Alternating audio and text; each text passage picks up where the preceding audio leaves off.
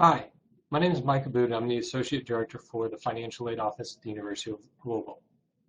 I want to thank you for joining us for this presentation about financing your education at Louisville.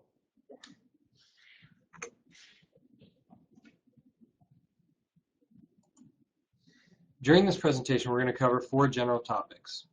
1, steps that you should complete in order to be eligible or reviewed for financial aid. Timelines to be aware of. Information about the tuition amounts as well as payment plan options, and then additional resources beyond this presentation. So the next few slides, we're going to discuss the actual awarding process.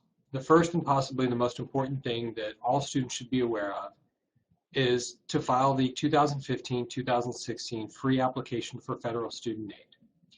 The free application for federal student aid is more commonly referred to as the FAFSA.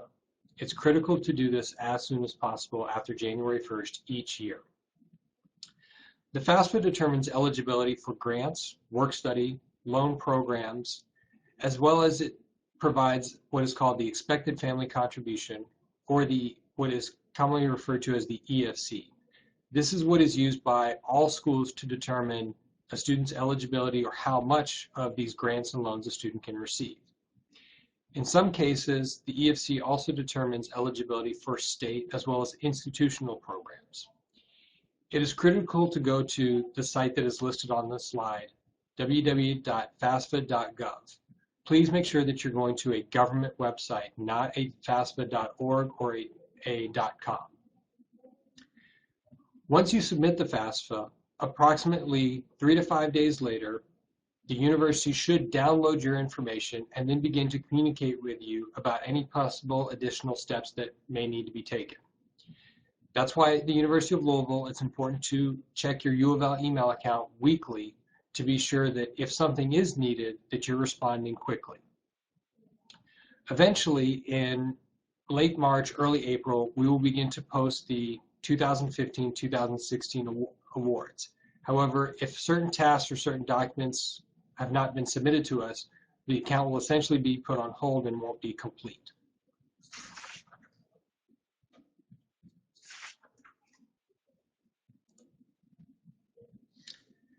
Again, the award notification process should occur in late March or early April. It's important for first-time freshmen to understand that you will be sent a paper communication about this award notification, but future award notices will be sent online or through your email account. It's important that once you have access to your ULink account, that you log in and make sure that your name, address, and other demographic information is up to date. So if you move, it's important to make sure that you log into the system and notify the university of your new address. In addition, on your ULink account, you will eventually be able to accept, reduce, or decline loans that are offered to you. The loans will eventually also need to have an entrance interview and a master promissory note complete at the studentloans.gov website. If the student is choosing to take out a loan, the entrance interview is the government's way of making sure that you understand your rights and responsibilities regarding the loan, and the master promissory note is basically the contract that says you agree to pay back the loan. The loans are the only thing that need to be accepted on a student's ULink account. Scholarships and grants are free money and are automatically accepted for the student. In addition to the student loans, if the total package is not covered, or the total balance is not covered by the scholarships, by the loans, by the grants, a parent can choose to take out a Parent Plus loan or a alternative loan, or the student can take out an alternative loan. But we'll discuss the details of these momentarily. In early July, the bursar's office or the billing office will send out notifications to students. Again, if you're a first-time freshman, a paper bill will be mailed to the student's home address. In the future, all bills will be sent electronically or to the student's email account. In late July is when the bill is due, and the student can choose to set up a payment plan. There's a $25 processing fee for that, and the payment is broken up over a period of 4 months. on the university bill will include charges of tuition, housing, as well as any course fees that are related to the tuition. The other thing that's going to be posted onto that billing statement is the anticipated aid. So for example, if the total bill is $5,000 and the anticipated aid amount is $3,000, at that point in time, or in late July, the difference is what is owed, so the $2,000 difference. On the other hand, if the student has a $6,000 worth of anticipated aid, then the student does not need to take any action because the bursars or the billing office knows that the aid is going to disperse in August and will pay the balance.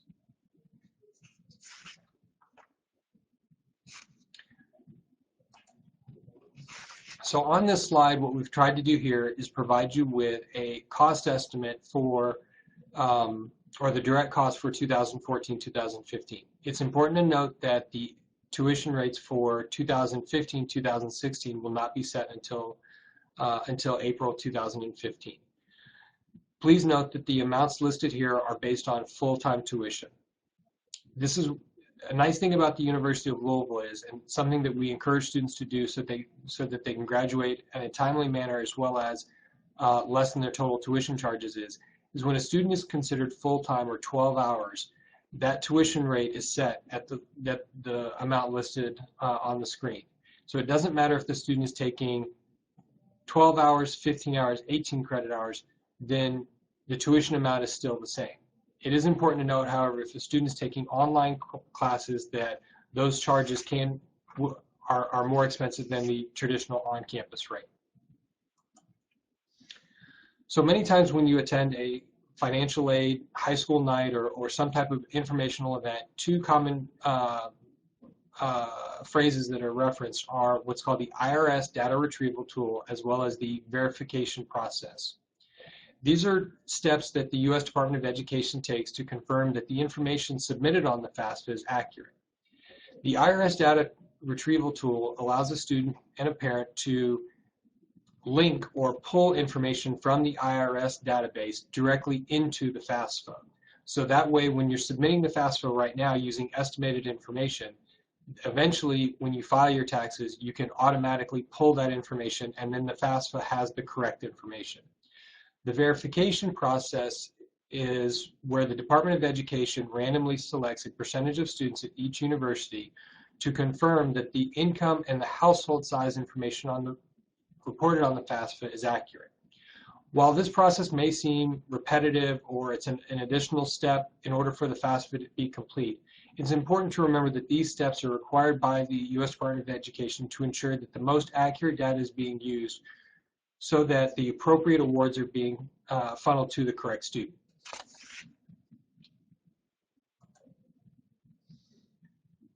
So a little bit more about the IRS data retrieval tool. So again, many students are submitting the information, or we encourage students to file the FAFSA in early January.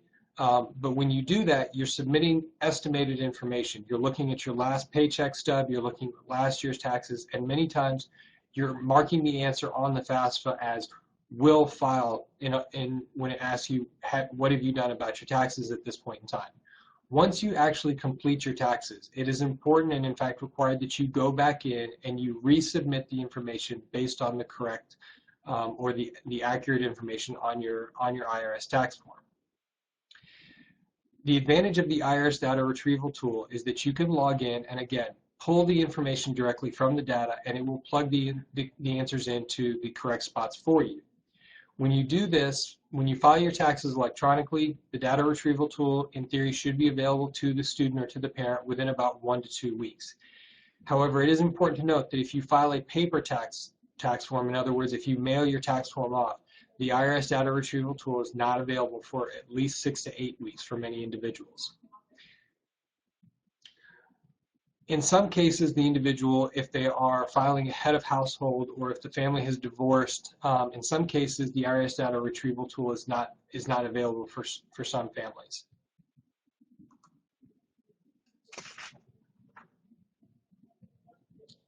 With regards to the verification process, again, this is a way for the government to confirm that the household size information, the income information is accurate.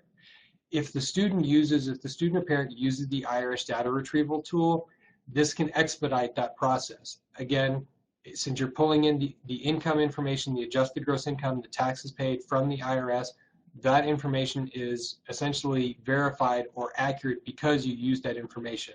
After that, really all we have to verify is the household information.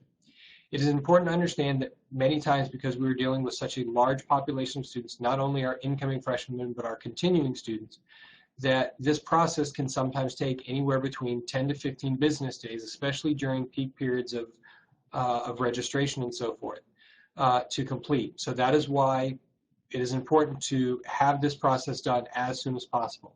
Many times we will begin to notify students about the verification or other requirements that are required documents that need to be submitted to the university in early March and possibly as late April, or excuse me, late February or early March. If there are ever questions about what documentation needs to be submitted or what needs to be signed or where to find the form, the student can always contact our office. But again, we will notify the student that the IRS data retrieval tool is available or that the verification process is required through the student's U of L email account. Again, this is why it's so important for the student to check their email account on at least a weekly basis. So the next couple of slides, we're going to review the actual awards that a student can potentially receive.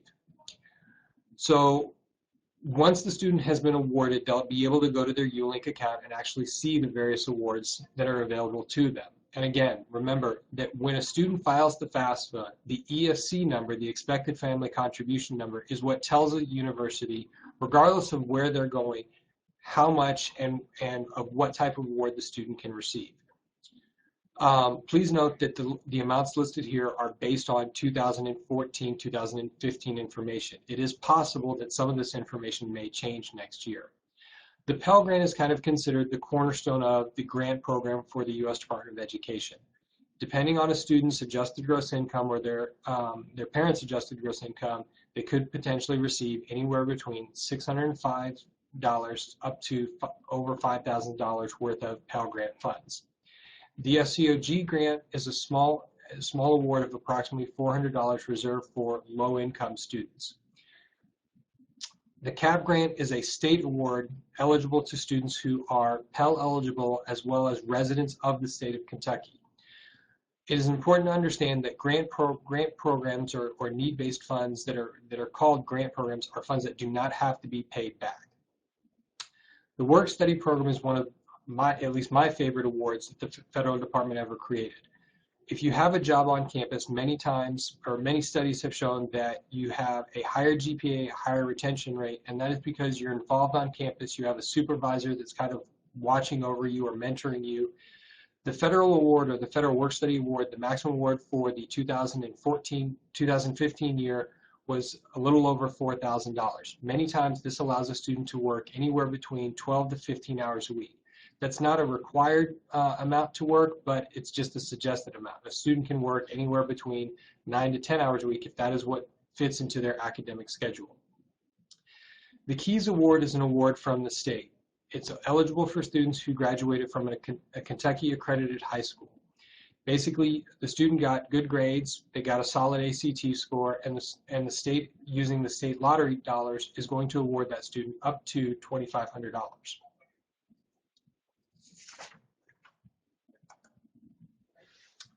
So a quick word about loans. Many times when we talk about loans as part of a financial aid package, students or parents will kind of cringe back or pull back and say, well, loans isn't part of financial aid. They actually are. The fact is about 2/3 of the student population on a national level take out an amount of Stafford loans.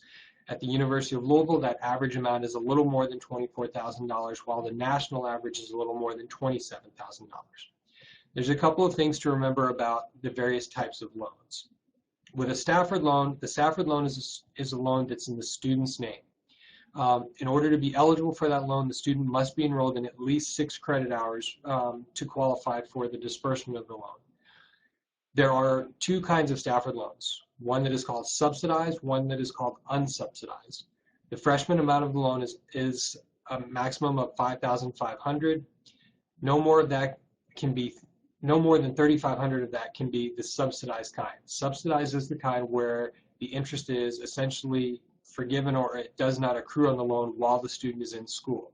The unsubsidized loan is one whereby the interest accrues on the loan while the student is in school. The nice thing about the Stafford loan is that repayment does not begin until 6 months after graduation or 6 months after the student stops taking classes. Even though that the repayment process does not begin until that point in time.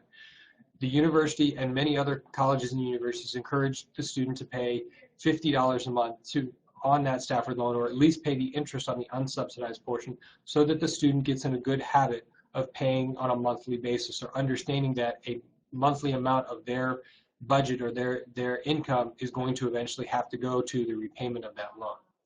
If everything that I've mentioned so far, the Pell Grant, the KEYS money, the other types of federal awards, is not enough to cover the balance, then a parent has the right to apply for what is called a Parent Plus loan.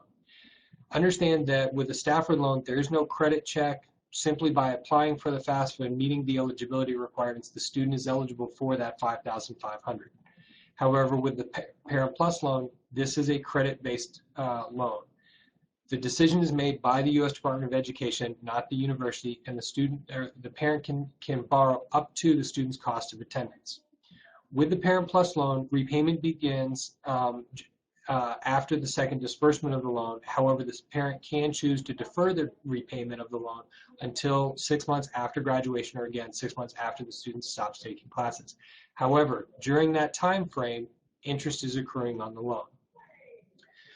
The other type of loan that is available to students is what's called an alternative or an outside loan. These come from, not from the federal government, but from outside agencies.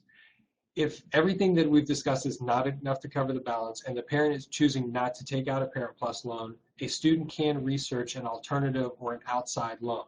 The student needs to understand that these are going to be credit-based decision loans, and sometimes because a student, an 18-year-old, does not have a solid credit history, many times a co-signer has to sign on the loan in order for the funds to disperse. We don't necessarily encourage these loans because in some cases, not all, but in some cases, they have higher interest rates or less favorable repayment policies than the Stafford or the federal loan options. Again, we encourage a student who's looking at an alternative loan to make sure that they do all of their research to understand the pros and cons of taking out an outside loan versus a Stafford loan. So hopefully what we've discussed so far gives you at least a foundational understanding of financial aid at the University of Louisville and in general.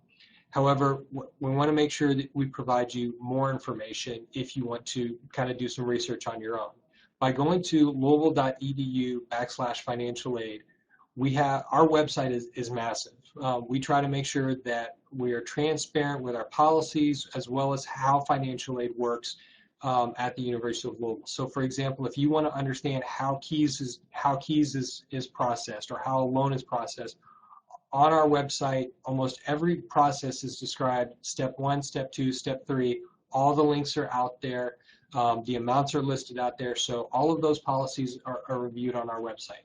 Very similarly, the bursar's office website, louisville.edu/finance/bursar, has a very similar philosophy when it comes to their website. So the tuition amounts are listed out there, the payment plans are listed out there. If a student does not make the payment by a specific date, the late policy is listed out there. Again, one of the most important steps to initiate the financial aid process is the FAFSA. Remember, the free application for federal student aid. Again, please make sure that you are going to the government website, the FAFSA.gov website, not a .org or a .com. Another couple of options in terms of important websites that may not be listed here are studentaid.gov, which is kind of a good summary of all the different kinds of federal aid, the repayment plan policies, and so forth from the federal government's perspective.